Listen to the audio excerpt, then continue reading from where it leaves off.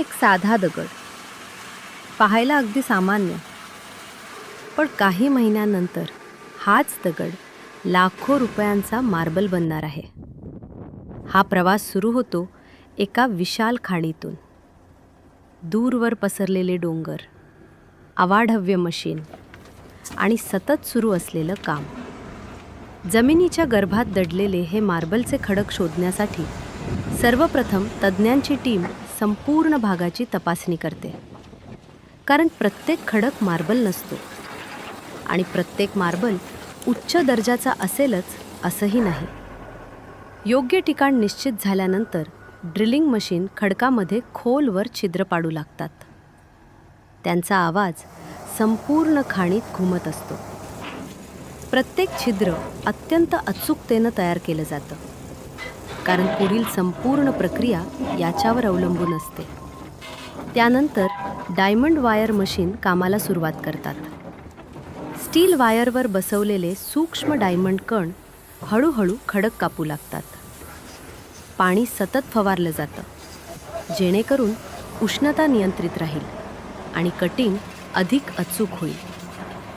तासन तास, कधीकधी दिवसेंदिवस ही प्रक्रिया सुरू राहते आणि अखेर पर्वताच्या गर्भातून एक विशाल मार्बल ब्लॉक वेगळा केला जातो.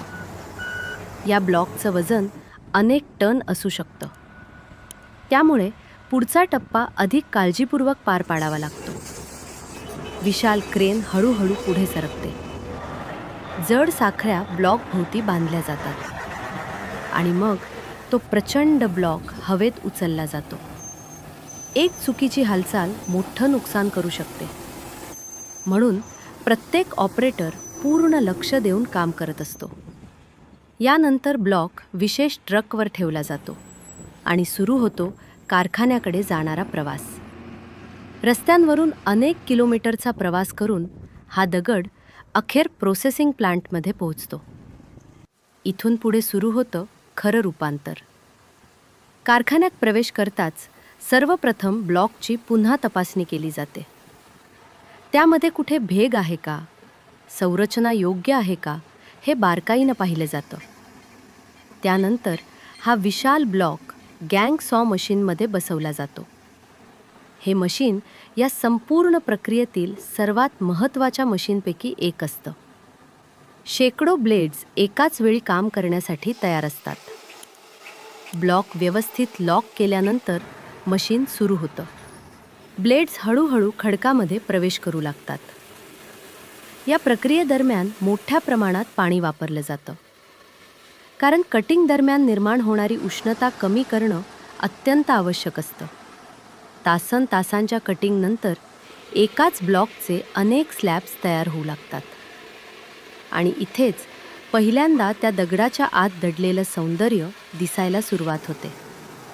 ज्या नक्षी लाखो वर्षांपासून खडकामध्ये बंदिस्त होत्या, त्या आता हळूहळू समोर येऊ लागतात.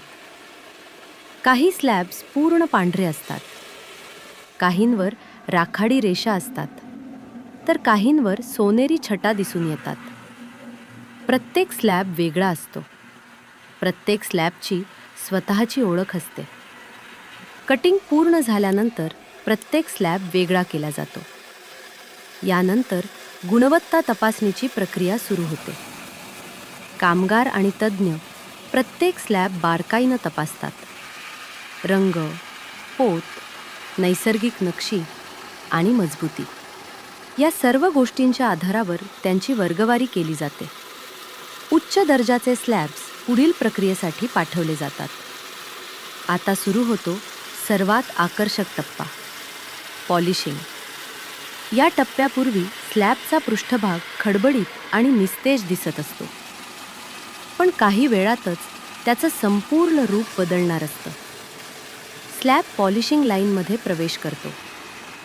एकामागोमाग एक पॉलिशिंग हेड्स त्यावर काम करू लागतात. प्रत्येक हेड वेगवेगळ्या ग्रीजच्या ॲब्रेसिव्हचा वापर करतो. सुरुवातीला पृष्ठभागावरील असमानता दूर केली जाते. नंतर अधिक सूक्ष्म पॉलिशिंग सुरू होतं. पाणी सतत वाहत राहतं. मशीन थांबत नाहीत आणि प्रत्येक टप्प्यानंतर दगड अधिक चमकदार होत जातो.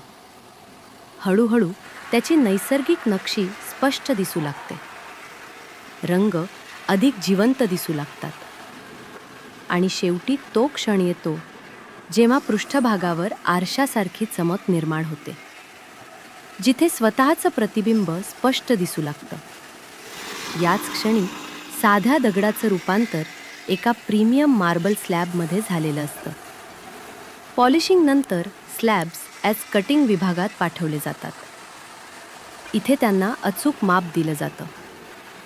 काही स्लॅब्स मोठ्या आकारात ठेवले जातात, तर काही टाईल्समध्ये कापले जातात. अत्यंत अचूक मशीन प्रत्येक कट मोजून मापून करतात, कारण अगदी काही मिलीमीटरची चूक देखील अंतिम उत्पादनावर परिणाम करू शकते. कटिंग पूर्ण झाल्यानंतर पुन्हा एकदा